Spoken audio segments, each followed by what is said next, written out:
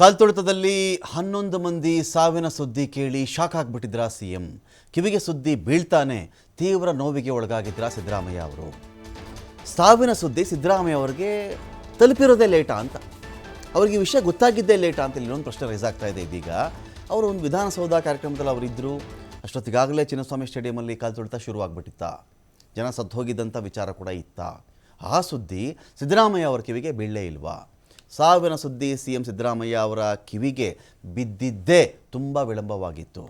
ಇದೇ ಕಾರಣಕ್ಕೆ police commissioner Dayanand ಅಮಾನತಾದ್ರ. ನನಗೆ ಯಾಕೆ ಆ ಸುದ್ದಿ ನೀವು ಹೇಳಲಿಲ್ಲ ಬೇಗನೆ? ಆಗಲೇ ಅದು ನಡೆದಂಥ ಸಮಯದಲ್ಲಿಯೇ ನನಗೆ ಯಾಕೆ ಒಂದು ವರದಿ ಬರಲಿಲ್ಲ? ಸಾವಿನ ಸುದ್ದಿ ತುಂಬ ವಿಳಂಬವಾಗಿ ನೀಡಿದ್ದ ಕಾರಣಕ್ಕೇ 5 ಸಸ್ಪೆಂಡ್ ಮಾಡಿದ್ರಂತೆ.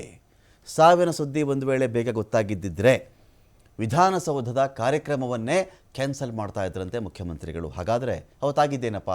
ಏನು ನಡೀತು ಘಟನೆ ಅವತ್ತು? ನೋಡಿ, ವಿಧಾನಸೌಧದ ಮುಂಭಾಗದಲ್ಲಿ ಕಾರ್ಯಕ್ರಮ ಇದ್ದಿದ್ದು ಸಂಜೆ 4 ಗಂಟೆಗೆ. ಸಾಯಂಕಾಲ 4 ಗಂಟೆಗೆ ವಿಧಾನಸೌಧದ ಕಾರ್ಯಕ್ರಮ ಇತ್ತು. ಕಾಲ್ತೊಳೆತಕ್ಕೆ ಬಲಿಯಾಗಿದ್ದು, ಮೊದಲ ಬಲಿಯಾಗಿದ್ದು ಎಷ್ಟೊತ್ತಿಗೆ? ಒಬ್ಬರು ಸತ್ರು ಅನ್ನೋ ವಿಷಯ ಫಸ್ಟು ಆಗಿದ್ದು 3 ಗಂಟೆ 45 ನಿಮಿಷಕ್ಕೆ. ಅಂದರೆ ಕಾರ್ಯಕ್ರಮ ಶುರುವಾಗುವ 15 ನಿಮಿಷ ಮುಂಚೆ ಅಂತ. ವೈದೇಹಿ ಆಸ್ಪತ್ರೆಯಿಂದನೇ ಮೊಟ್ಟ ಮೊದಲ ಸಾವಿನ ಸುದ್ದಿ ಬಂದಿದ್ದು. ಅದು ಪೊಲೀಸರಿಗೆ ಸಿಗುತ್ತೆ. ಸತ್ತು ಹೋದ್ರವರು, ಕಾಲ್ತೊಳೆತಕ್ಕೆ ಸಿಕ್ಕಾಕೊಂಡಿದ್ರಲ್ಲಪ್ಪ, ಅವ್ರು ಬದುಕಿಲ್ಲ ಅಂತ ವೈದೇಹಿ ಆಸ್ಪತ್ರೆಯಿಂದ ಮೊಟ್ಟ ಮೊದಲ ಸುದ್ದಿ ಬರೋದು ಪೊಲೀಸರಿಗೆ. ಇದೇ ವೇಳೆ ವಿಧಾನಸೌಧದ ಕೊಠಡಿಯಲ್ಲಿಯೇ ಸಿಎಂ ಇದ್ದರು. ಆಗ ಸಾಯಂಕಾಲ 4 ಗಂಟೆ 15 ನಿಮಿಷಕ್ಕೆ ಕಾರ್ಯಕ್ರಮ ಸ್ಟಾರ್ಟ್ ಆಗಿಬಿಡ್ತು. 3:45ಗೆ ಮನುಷ್ಯ ಸತ್ತಿದಾರಲ್ಲಿ. ಮೊದಲ ಸಾವಿನ ಸುದ್ದಿ ಗೊತ್ತಾಗಿದೆ ಪೊಲೀಸರಿಗೆ, ಆದರೆ ಸಿದ್ದರಾಮಯ್ಯನವ್ರಿಗೆ ಆ ಸುದ್ದಿ ಗೊತ್ತಾಗಲಿಲ್ಲ. 4:15ಗೆ 4 ಗಂಟೆ 15 ನಿಮಿಷಕ್ಕೆ ಎಂದಿನಂತೆ ನಿಗದಿಯಾಗಿತ್ತಲ್ಲ, ಆ ಕಾರ್ಯಕ್ರಮ ಶುರುವಾಗ್ತಾ ಇದ್ದಂತೆಯೇ ಮಳೆ ಕೂಡ ಸ್ಟಾರ್ಟ್ ಆಗಿಬಿಡ್ತು. ಮಳೆ ಬರ್ತಾ ಇದ್ದಂತೆಯೇ ಕಾರ್ಯಕ್ರಮ ಅಲ್ಲಿಗೆ ಮುಗಿದು ಹೋಯಿತು. ಸಿಎಂ ಅಲ್ಲಿಂದ ನೇರವಾಗಿ ಜನಾರ್ದನ ಹೋಟೆಲ್ಗೆ ತೆರಳುತ್ತಾರೆ. ದೋಸೆ ತಿಂದು ಹೊರಡಬೇಕಪ್ಪ ಎನ್ನುವಷ್ಟರಲ್ಲಿ ಪೊಲೀಸರಿಂದ ಮಾಹಿತಿ ಬರುತ್ತೆ. ತಕ್ಷಣ ಅಯ್ಯೋ, ಈ ಥರ ಆಗಿದೆಯಾ, ನನಗೆ ವಿಷಯನೇ ಗೊತ್ತಿರಲಿಲ್ವಲ್ಲ ಅಂಥೇಳಿ ತಕ್ಷಣ ಸಿದ್ದರಾಮಯ್ಯ ಅವರು ಅಲ್ಲಿಂದ ನೇರವಾಗಿ ಮನೆಗೆ ಬರ್ತಾರೆ. ಗೃಹ ಸಚಿವರು ಕಾವೇರಿಗೆ ಬರೋ ವೇಳೆನೇ 5 ಜನ ಸಾವಿಗೀಡಾಗಿರ್ತಾರೆ. ಒಬ್ಬರು ಅಂತ ಇತ್ತಲ್ಲ ವೈದೇಹಿಯಲ್ಲಿ. ಇನ್ನು ಹೋಮ್ ಮಿನಿಸ್ಟರ್ ಮುಖ್ಯಮಂತ್ರಿಗಳ ಕಾವೇರಿ ನಿವಾಸಕ್ಕೆ ಬರುವ ವೇಳೆಗೆ, ಅವರಲ್ಲಿ ರೀಚ್ ಆಗುವ ವೇಳೆಗಾಗಲೇ 5 ಜನ ಸತ್ತೋಗ್ಬಿಟ್ಟಿರ್ತಾರೆ. ಆಗ ಸಿ ಎಮ್ಗೆ ಗೃಹ ಸಚಿವರು ಏನು ಮಾಡ್ತಾರೆ, ಸಾವಿನ ಫುಲ್ ಡೀಟೇಲ್ಸನ್ನು ಕೊಡ್ತಾರೆ. ಇಷ್ಟೊಂದು ಜನ ಸತ್ತೋಗ್ಬಿಟ್ಟಿದ್ದಾರೆ ಸಿದ್ದರಾಮಯ್ಯನವರೇ, ಮುಖ್ಯಮಂತ್ರಿ ಸಾಹೇಬರೇ, ಇಷ್ಟು ಜನ ಹೋಗ್ಬಿಟ್ರು ಅಂತೇಳಿ ಮಾಹಿತಿ ಕೊಡ್ತಾರೆ. ಆ ವೇಳೆ ಅಕಸ್ಮಾತ್ ಬೇಗ ಗೊತ್ತಾಗ್ಬಿಟ್ಟಿದ್ರೆ ಕಾರ್ಯಕ್ರಮ ರದ್ದು ಮಾಡಿಬಿಡ್ತಾ ಇದ್ದೆ ನಾನು ಅಂಥೇಳಿ ಮುಖ್ಯಮಂತ್ರಿಗಳು ಹೇಳಿದ್ದಾರಂತೆ. ಮರುದಿನ BJP ನಾಯಕರು, JDS ನಾಯಕರು ಏನು ಮಾಡಿಬಿಡ್ತಾರೆ, ಜಂಟಿ ಸುದ್ದಿಗೋಷ್ಠಿ ಮಾಡ್ತಾರೆ, ಜಂಟಿ ಪ್ರೆಸ್ ಮೀಟನ್ನು ಮಾಡ್ತಾರೆ. ಸಿ ಎಮ್ಗೆ ಸಾವಿಗಿಂತ ಹೋಟೆಲ್ ದೋಸೆ ತಿನ್ನೋದೇ ಜಾಸ್ತಿ ಆಗ್ಬಿಡ್ತಾ, ಮುಖ್ಯ ಆಗ್ಬಿಡ್ತಾ? ಮುಖ್ಯಮಂತ್ರಿಗಳಿಗೆ ಈ ಸಾವಿಗಿಂತ ಅಲ್ಲಿ ದೋಸೆ ತಿಂದಿದ್ದು ಹೆಚ್ಚಾಗ್ಬಿಡ್ತಾ ಅವ್ರಿಗೆ ಅಂಥೇಳಿ ಅವ್ರು ಪ್ರಶ್ನೆ ಮಾಡಿಬಿಡ್ತಾರೆ. ಯಾರು? ಛಲವಾದಿ ನಾರಾಯಣಸ್ವಾಮಿ ಅವರು ಕ್ವಶನ್ ಮಾಡಿಬಿಡ್ತಾರೆ. ಇದು CM ಸಿದ್ದರಾಮಯ್ಯನವರ ಕೋಪಕ್ಕೆ ಕಾರಣ ಆಗಿಬಿಡುತ್ತೆ. ಆ ವಿಷಯನೇ ಗೊತ್ತಿಲ್ಲ, ನಾನು ವಿಷಯ ಗೊತ್ತಿದ್ದು ಆ ಥರ ಮಾಡೋಕ್ಕೆ ಸಾಧ್ಯನಾ? 5 ಜನ ಸತ್ತೋಗ್ಬಿಟ್ರಂತೆ ಅಂತ ನನಗೆ ಮೊದಲೇ ಗೊತ್ತಿದ್ದಿದ್ರೆ ಆ ವಿಷಯ ಕೇಳಿನೂ ನಾನು ದೋಸೆ ತಿನ್ನಕ್ಕೆ ಹೋಗ್ತಿದ್ನಾ? ಇದೇನಿಷ್ಟು ಇನ್ಸೆನ್ಸಿಟಿವ್ ಆಗಿ ಮಾತಾಡ್ತಾ ಇದ್ದಾರೆ. ನನಗೆ ವಿಷಯದ ಬಗ್ಗೆ ಮಾಹಿತಿ ಇದ್ದಿದ್ದರೆ ಕಾರ್ಯಕ್ರಮನೇ ಎದ್ದು ಮಾಡುವಂಥವ್ನು ನಾನು, ನನ್ನ ಮೇಲೆ ಇಂಥ ಆರೋಪ ಮಾಡಿಬಿಟ್ರಲ್ಲ ಅಂತೇಳಿ ಅವ್ರ ಕೋಪಕ್ಕೂ ಕಾರಣ ಆಗುತ್ತೆ. ನಂತರ ಮಾರನೇ ದಿನ ಕ್ಯಾಬಿನೆಟ್ನಲ್ಲಿ ಇದ್ರ ಬಗ್ಗೆ ಗಂಭೀರ ಚರ್ಚೆ ಆಗುತ್ತೆ. ಆಗ ಪೊಲೀಸ್ ಆಯುಕ್ತರನ್ನ ಕರೆಸ್ತಾರೆ. ದಯಾನಂದ್ ಅವರು ಆವಾಗ ಸಾವಿನ ಸುದ್ದಿ ಲೇಟಾಗಿ ನೀಡಿದ ಬಗ್ಗೆ ವಿವರಣೆ ಕೊಡ್ತಾರೆ. ಲಕ್ಷಾಂತರ ಜನ ಸೇರಿದ್ರಿಂದ ಸ್ವಾಮಿ, ನೆಟ್ವರ್ಕ್ ಸಂಪೂರ್ಣ ಸ್ಥಗಿತವಾಗಿತ್ತು. ನಿಮಗೊಂದು ವಿಷಯ ಗೊತ್ತಿರಲಿ, ಇದರಲ್ಲಿ ಯಾವುದನ್ನು ಅಲ್ಲಗಳೆಯ ಸ್ಥಿತಿಯಲ್ಲಿ ಯಾರೂ ಇಲ್ಲ ಇವತ್ತಿಗೆ. ಕಾರಣ, ವಿಧಾನಸೌಧ ಸುತ್ತಮುತ್ತ ಇದ್ದಾಗ ವಿಧಾನಸೌಧದ ಬಳಿಯಲ್ಲಿ ಯಾವಾಗಲೂ ಕೆಲವು ಬಾರಿ ಜಾಮರ್ ಹಾಕಿರಬಹುದು, ಕೆಲವು ಬಾರಿ ಅಲ್ಲಿ ನೆಟ್ವರ್ಕ್ ಸಿಗಲ್ಲ. ಇದು ಹೇಗೆ ಅಂತ ಹೇಳಿದ್ರೆ, ನಾವೇ ಮಾಧ್ಯಮದಲ್ಲಿ ವರದಿ ಮಾಡ್ತೀವಲ್ವಾ, ನಮ್ಮ ಪ್ರತಿನಿಧಿಗಳು ಎಷ್ಟೋ ಬಾರಿ ವಿಧಾನಸೌಧದ ಬಳಿಯಿಂದ ನಮಗೆ ಫೋನೋನು ಅಥವಾ ಲೈವ್ ಚಾಟೋ ನಾವು ತೊಗೊಳ್ತೀವಲ್ವ, ಸಂಪರ್ಕ ಮಾಡ್ತೀವಲ್ವ, ಅವಾಗ ಅವ್ರು ಸಿಗಲ್ಲ. ಯಾಕೆ ಅಂತ ನೋಡಿದಾಗ ಏನಾಗುತ್ತೆ, ನೆಟ್ವರ್ಕ್ ಇಲ್ಲ, ಲೈನ್ ಕನೆಕ್ಟ್ ಆಗ್ತಾ ಇಲ್ಲ. ಅದು ಒಬಿ ವ್ಯಾನ್ ಆಗಲಿ, ಬ್ಯಾಕ್ ಪ್ಯಾಕ್ ಆಗಲಿ, ಅಥವಾ ಫೋನೋಗಾಗಲಿ ನೆಟ್ವರ್ಕ್ ಸಿಗಲ್ಲ ಅಂತ ಇರುತ್ತೆ. ಈ ಚಾನ್ಸಸ್ನ ನಾವು ಪೂರ್ತಿ ಇದೇ ಆಗಿದೆ ಅಂತನೋ, ಇದು ಆಗೇ ಇಲ್ಲ ಅಂತಲೂ ಹೇಳಕ್ಕೆ ಬರಲ್ಲ. ಅವ್ರು ಹೇಳ್ತಾರಲ್ಲಿ, ತುಂಬ ಜನ ಸೇರಿಬಿಟ್ಟಿದ್ರು ಸ್ವಾಮಿ, ನೆಟ್ವರ್ಕ್ ಆಗ ಸಂಪೂರ್ಣ ಸ್ಥಗಿತ ಆಗಿಬಿಟ್ಟಿತ್ತು, ಹಾಗಾಗಿ ನಿಮಗೆ ಸುದ್ದಿ ಮುಟ್ಸೋಕ್ಕೇ ವಿಳಂಬ ಆಗಿಬಿಡ್ತು ಅನ್ನೋ ಒಂದು ವಿವರಣೆ ದಯಾನಂದ್ ಅವ್ರ ಕಾರಣದಿಂದ ಸಿಗುತ್ತೆ, ಅವ್ರ ಕಡೆಯಿಂದ ಸಿಗುತ್ತೆ. ದಯಾನಂದ್ ಅವರು ಬಹಳ ಟೆಕ್ನಿಕಲ್ ಮ್ಯಾನ್. ಇವ್ರು ಯಾವತ್ತಿಂದ ಕಮಿಷನರ್ ಆಗಿದ್ದಾರೋ ಅನೇಕ ಕಡೆ ಕೆಲಸ ಮಾಡಿದ್ದಾರೆ. ಅವರು ಏನು ಕಡಿಮೆ ಅನುಭವದ ವ್ಯಕ್ತಿ ಅಲ್ಲ ದಯಾನಂದ್ ಅವರು. ತುಂಬ ಟೆಕ್ನಾಲಜಿಯನ್ನು ಬಳಸ್ಕೊಳ್ತಕ್ಕಂಥ ಒಬ್ಬ ವ್ಯಕ್ತಿ.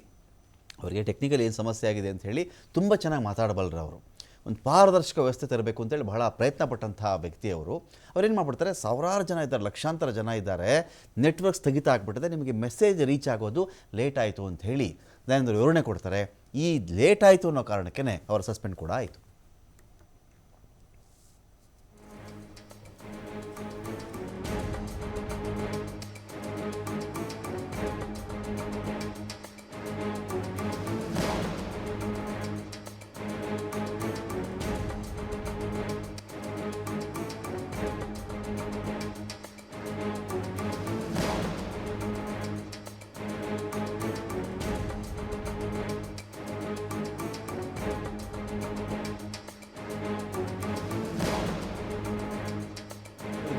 ಈ ವಿಷಯ ತಲುಪಿರೋದೇ ಲೇಟ್ ಅಂಥೇಳಿ ಸಿದ್ದರಾಮಯ್ಯನವ್ರು ಹೇಳ್ತಾ ಇರೋದು.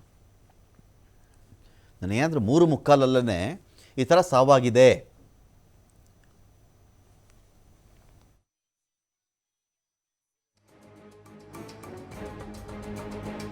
ಇದೀಗ ಶಿವಕುಮಾರ್ ಜೋಹಳ್ಳಿ ಇದ್ದಾರೆ. ಶಿವಕುಮಾರ್ ಜೋಹಳ್ಳಿ, ದಯಾನಂದವ್ರ ಕಡೆಯಿಂದ ವಿವರಣೆ ಏನು ಅಂತ ಹೇಳಿದ್ರೆ, ತುಂಬ ಜನ ಬಂದಿದ್ರು ಅವತ್ತು, ಅದು ಎಲ್ರಿಗೂ ಗೊತ್ತು, ಅಲ್ಲಿ ಜನ ಎಷ್ಟು ಸೇರಿದ್ರು ಅಂತ ಹೇಳಿ.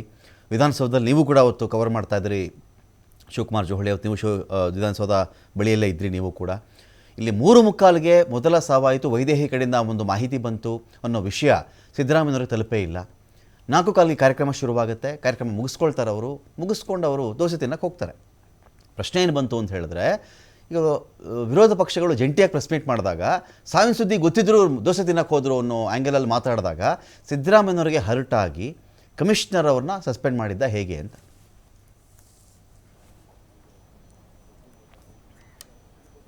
ಖಂಡಿತ ರಮಕಾಂತ್, ಕಾಲು ತುಳಿತ ಪ್ರಕರಣದಲ್ಲಿ 11 ಜನ ಸಾವನ್ನ ಏನು ಅಪ್ಪಿದ್ರು, ಇದರ ಬಗ್ಗೆ ಮುಖ್ಯಮಂತ್ರಿಗಳು ಸ್ವತಃ ಸಾಕಷ್ಟು ನೋವನ್ನ ಪಟ್ಟಿದ್ರು ಅನ್ನುವಂಥ ಮಾಹಿತಿ ಹೊರಬೀಳ್ತಾ ಇದೆ. ಯಾಕಂದ್ರೆ ಬಿಜೆಪಿ ನಾಯಕರು ಸುದ್ದಿಗೋಷ್ಠಿಯನ್ನ ಮಾಡ್ತಾರೆ. ಸುದ್ದಿಗೋಷ್ಠಿಯಲ್ಲಿ ಸಿದ್ದರಾಮಯ್ಯನವರು ಈ ಕಡೆ 3:45ಕ್ಕೆ ಒಂದು ಡೆತ್ ಆಗತ್ತೆ. ಆದರೆ ಅದರ ಮಾಹಿತಿ ಇಲ್ಲದೆ ಅವರು ಹೋಗಿ ಜನಾರ್ದನ ಹೋಟೆಲ್ನಲ್ಲಿ ಮಸಾಲೆ ದೋಸೆ, ಬಾದಾಮಿ ಹಲ್ವಾ ತಿಂದ್ಕೊಂಡು ಕೂತ್ಕೊಳ್ತಾರೆ. ಇಲ್ಲಿ ವ್ಯಕ್ತಿ ಸಾವಾಗಿದೆ, ಕಾಲು ತುಳಿತ ಆಗ್ತಾ ಇದೆ, ಸುಮಾರು 5-6 ಜನ ಆಗ ಡೆತ್ ಆಗಿದ್ದಾರೆ.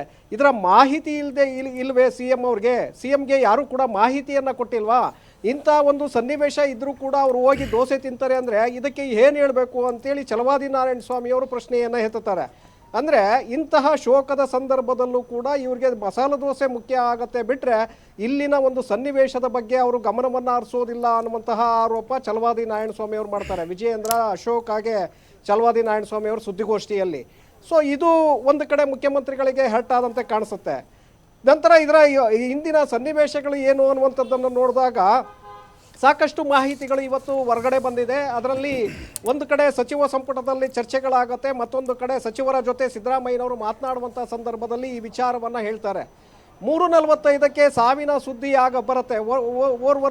ಓರ್ವ ವ್ಯಕ್ತಿ ವೈದೇಹಿ ಆಸ್ಪತ್ರೆ, ಮಣಿಪಾಲ ಆಸ್ಪತ್ರೆಯಲ್ಲಿ ಮೃತಪಡ್ತಾರೆ. ಅದರ ಬಗ್ಗೆ ಮುಖ್ಯಮಂತ್ರಿಗಳಿಗೆ ಗೊತ್ತಾಗುವಂಥದ್ದು 4:15 ನಂತರ.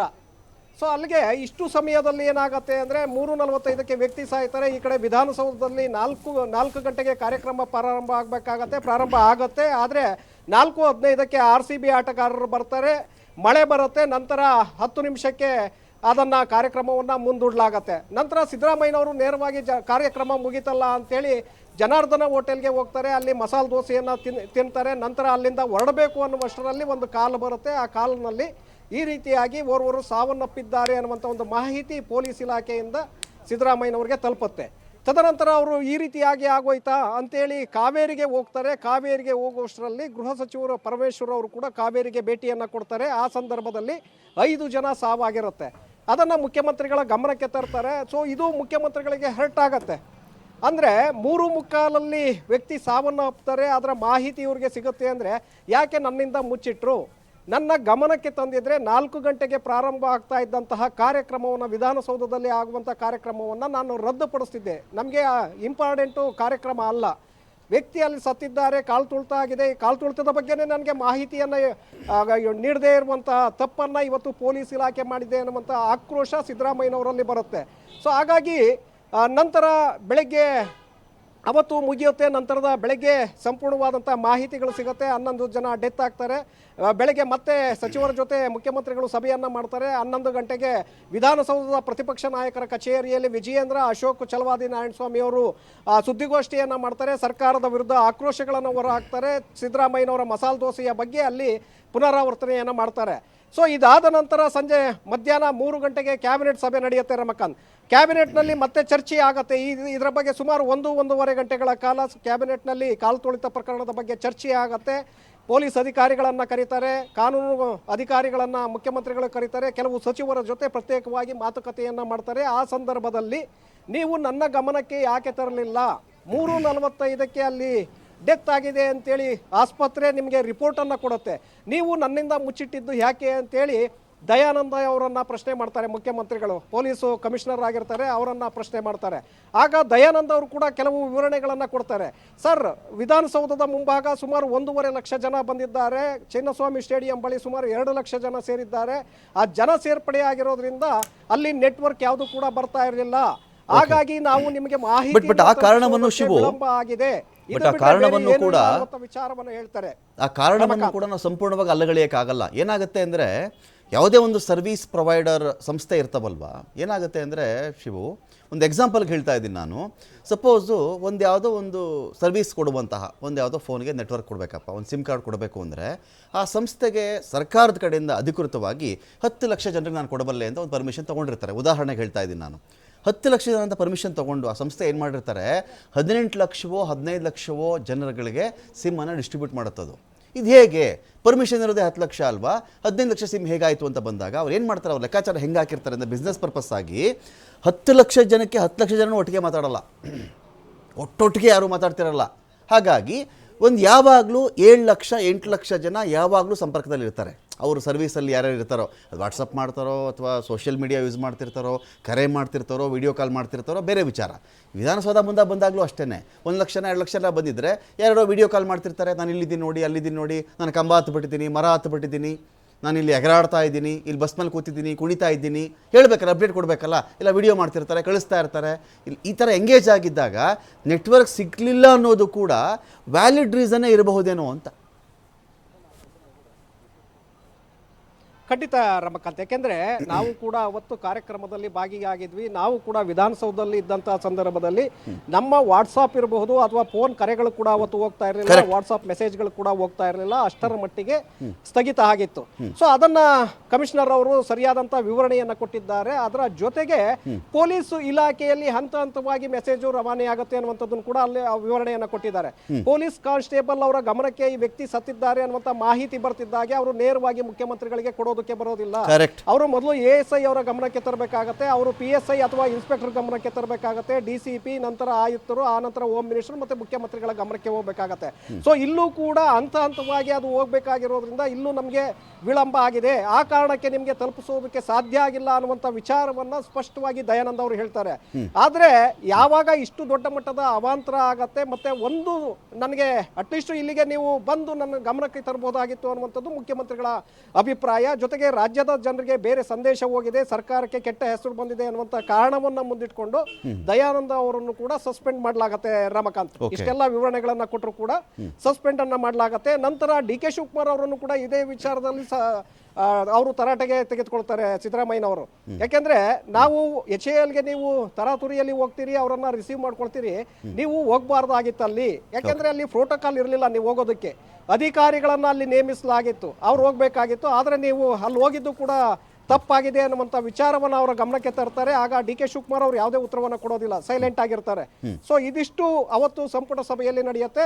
ಇಲ್ಲಿ ಬೆಂಗಳೂರು ಪೊಲೀಸ್ ಆಯುಕ್ತರನ್ನ ಸಸ್ಪೆಂಡ್ ಮಾಡಲಾಗತ್ತೆ. ಹಾಗೆ ಗುಪ್ತಚರ ಇಲಾಖೆಯ ವೈಫಲ್ಯ ಕೂಡ ಬರುತ್ತೆ. ಅಂದ್ರೆ ಇಷ್ಟು ಜನ ಬರ್ತಾರೆ ಅನ್ನುವಂಥ ಒಂದು ಮಾಹಿತಿಯನ್ನ ಕೊಡಲಿಲ್ಲ ಅನ್ನುವಂಥ ಹಿನ್ನೆಲೆಯಲ್ಲಿ ಹೇಮಂತ್ ನಿಂಬಾಳ್ಕರ್ ಅವರನ್ನು ಕೂಡ ವರ್ಗಾವಣೆ ಮಾಡಿರುವಂಥದ್ದು ರಮಕಾಂತ್. Thank you Shivakumar Johalli.